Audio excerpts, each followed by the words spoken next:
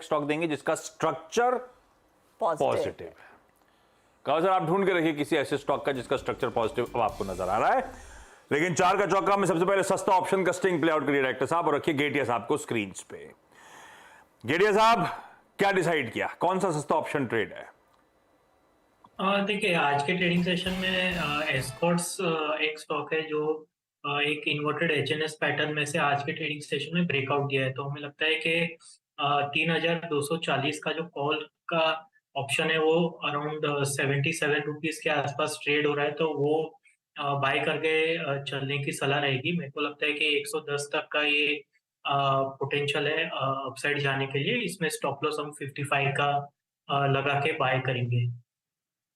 Escorts Kubota 3240 का call लेकर चले। ये स्टॉक इनफैक्ट एक अच्छा तेजी वाला कैंडिडेट भी रहा है और 110 तक जाने की पूरी क्षमता है, तो वो टारगेट 77 के आसपास कर रहा है ये ट्रेड।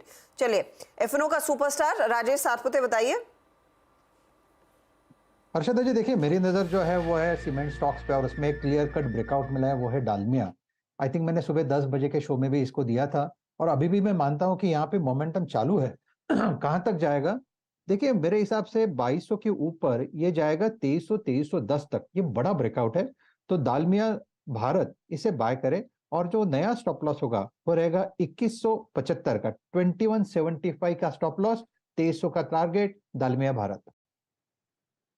दालमिया भारत, यह सतपुते साहब का आइडिया, 2310 तक के लक्ष्य हासिल होते हुए नजर आएंगे। चार्ट का चमत्कार दिखाइए स्टिंग और कविता जी को रखिए स्क्रीन पे। कविता जी कौन सा स्टॉक?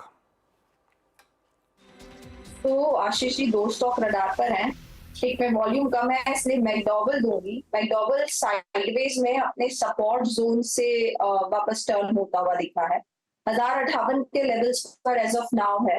मुझे लगता है 1080 1100 के लेवल्स के लिए मैकडॉवेल पर बाय ट्रेड इनिशिएट करना चाहिए। स्टॉप लॉस मेंटेन करें 1040 का।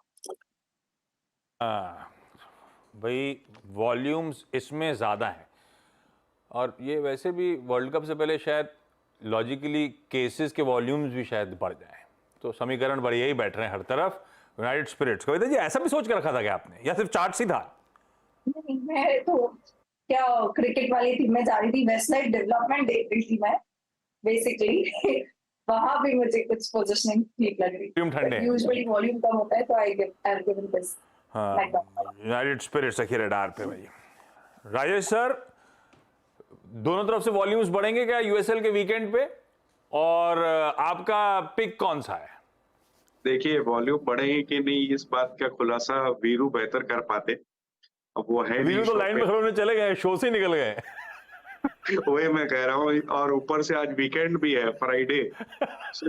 वीकेंड क्रिकेट सारी समीकरण एक साथ बैठ रहे हैं और फेस्टिव सीजन तो चल ही रहा है। खैर अब आते हैं चार के चौका के मिड कैप वाले स्टॉक पे। तो आज अगर आप ध्यान दो तो रेलवे चल रहा है और इंश्योरेंस चल रहा है। तो मैं इंश्योरेंस की एक कंपनी पे जाना चाहूंगा, GIC-RE। अगर आप देखेंगे तो भारत में एक अकेली कंपनी है जो री इंश्योरेंस के बिजनेस में है, जिसे 4 दशक का अनुभव है। भारत के अलावा वो इंटरनेशनल मार्केट्स में भी री इंश्योरेंस करती है। 140 कंट्रीज में इनकी करीब करीब पहुंच बनी हुई है। और अभी तक क्या था कि इनका 70% जो रेवेन्यू है वो डोमेस्टिक मार्केट से आ रहा था। आने वाले दिनों में मैनेजमेंट ये चाह रहा है कि बराबर से आए, माने 50-50% का। तो ये एक बहुत पॉजिटिव होगा। दूसरे, मैनेजमेंट का फुल फोकस बैलेंस शीट सुधारने में है, ऑपरेटिंग परफॉर्मेंस सुधारने में है और अंडर राइटिंग की जो प्रॉफिटेबिलिटी है उसको बढ़ाने में।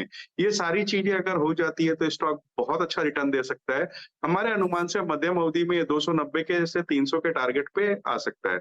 यहाँ हमारी खरीदारी की सलाह रहेगी। GIC general insurance corporation, GIC